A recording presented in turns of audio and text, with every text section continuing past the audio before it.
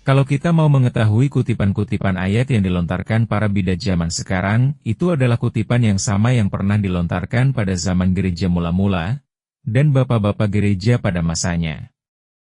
Sebagai contoh Kolose 1 ayat 15 dan 16, ia adalah gambar Allah yang tidak kelihatan, yang sulung lebih utama dari segala yang diciptakan. Kalau interpretasi saksi Yehova kesulungan ini diciptakan sebelum dunia dijadikan. Tetapi kita lihat lagi ke ayat 18, ia adalah kepala tubuh, yaitu jemaat ialah yang sulung yang pertama bangkit dari orang mati, sehingga ia lebih utama dalam segala sesuatu. Efesus 1 ayat 22-23, dan segala sesuatu telah diletakkan di bawah kaki Kristus, dan dia telah diberikannya kepada jemaat dari segala yang ada. Jemaat yang adalah tubuhnya, yaitu kepenuhan dia yang memenuhi semua dan segala sesuatu. Kesulungan adalah yang lebih utama sebagai kepala dari jemaat yang adalah tubuhnya. Kalau yang sulung diinterpretasikan yang pertama dari segala sesuatu yang diciptakan, dan Allah menciptakan segala sesuatu melaluinya. Sedangkan Allah menciptakan segala sesuatu melalui firman-Nya. Yohanes 1 ayat 3. Bukan melalui perantaraan ciptaannya. Inilah pernyataan Bapak Gereja Athanasius, 296-373 Masehi, yang menentang Allah menciptakan segala sesuatu melalui ciptaannya. Putra Allah ada dalam Allah Bapa. Bapa ada dalam Putra. Mereka adalah satu, tidak terbagi menjadi dua, tetapi mereka dikatakan dua karena Bapa adalah Bapa dan bukan Putra, demikian sebaliknya. Dan kodrat mereka Bapa dan Putra adalah satu. Allah Putra adalah Tuhan dalam satu hakikat dengan Allah Bapa. Jika Allah Putra mempunyai awal artinya diciptakan oleh Bapa, maka terdapat suatu waktu di mana Allah tidak mempunyai sabda atau kebijaksanaan yang adalah cahaya kemuliaannya. Ibrani 1 ayat 3. Ini bertentangan dengan wahyu Allah maupun akal sehat. Karena Bapa itu tetap selamanya, maka sabdanya dan kebijaksanaannya tetap selamanya. Saya mengambil dua contoh.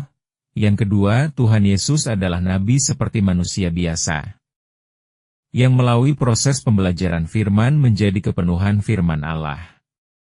Penolakan firman Allah menjadi manusia sudah terjadi pada abad kedua, oleh Cerinthus, Ebion, kemudian diteruskan oleh Paul Samosata dan Photius, yang mengakui kemanusiaan saja. Biasanya ayat yang dipakai adalah Yohanes 5 ayat 30a, aku tidak dapat berbuat apa-apa dari diriku sendiri, aku menghakimi sesuai dengan yang aku dengar. Ini adalah pembelajaran atau teladan Tuhan Yesus kepada kita, atas ketergantungan kita kepada Allah Bapa. Sama seperti Tuhan Yesus yang dalam kemanusiaan bergantung dan berserah sepenuhnya kepada Allah Bapa. Inilah pengajaran Tuhan Yesus yang menyatakan sebagai pokok anggur, dalam pernyataan keilahiannya. Supaya kita diajarkan untuk bergantung sepenuhnya kepadanya. Yohanes 15 ayat 15. Akulah pokok anggur dan kamulah ranting-rantingnya, barang siapa tinggal di dalam aku dan aku di dalam dia, ia berbuah banyak, sebab di luar aku kamu tidak dapat berbuat apa-apa. Inilah pernyataan Bapak Gereja Thomas Aquinas, 1223-1274 Masehi, yang menentang orang yang mengakui kemanusiaan Yesus saja. Ada orang-orang seperti Ebion dan Cerinthus dan kemudian Paul Samosata dan Photius yang mengakui kemanusiaan Yesus saja, tetapi kealahan ada di dalam dia, dengan semacam partisipasi yang istimewa terhadap kemuliaan ilahi. Pandangan ini, adoptianis, merusak misteri inkarnasi, karena menurut pandangan ini, Tuhan tidak mungkin mengambil daging untuk menjadi manusia, tetapi seorang manusia yang kemudian menjadi Allah. Heresi ini seolah berkata, manusia dibuat menjadi firman, daripada firman itu menjadi manusia.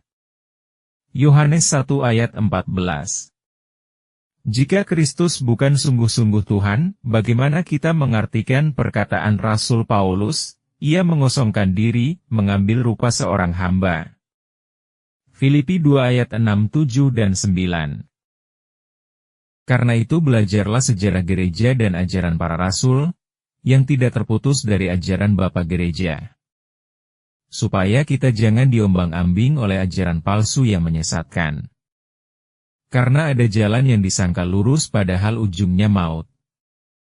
Jangan lupa like, komen dan subscribe. Tuhan Yesus memberkati.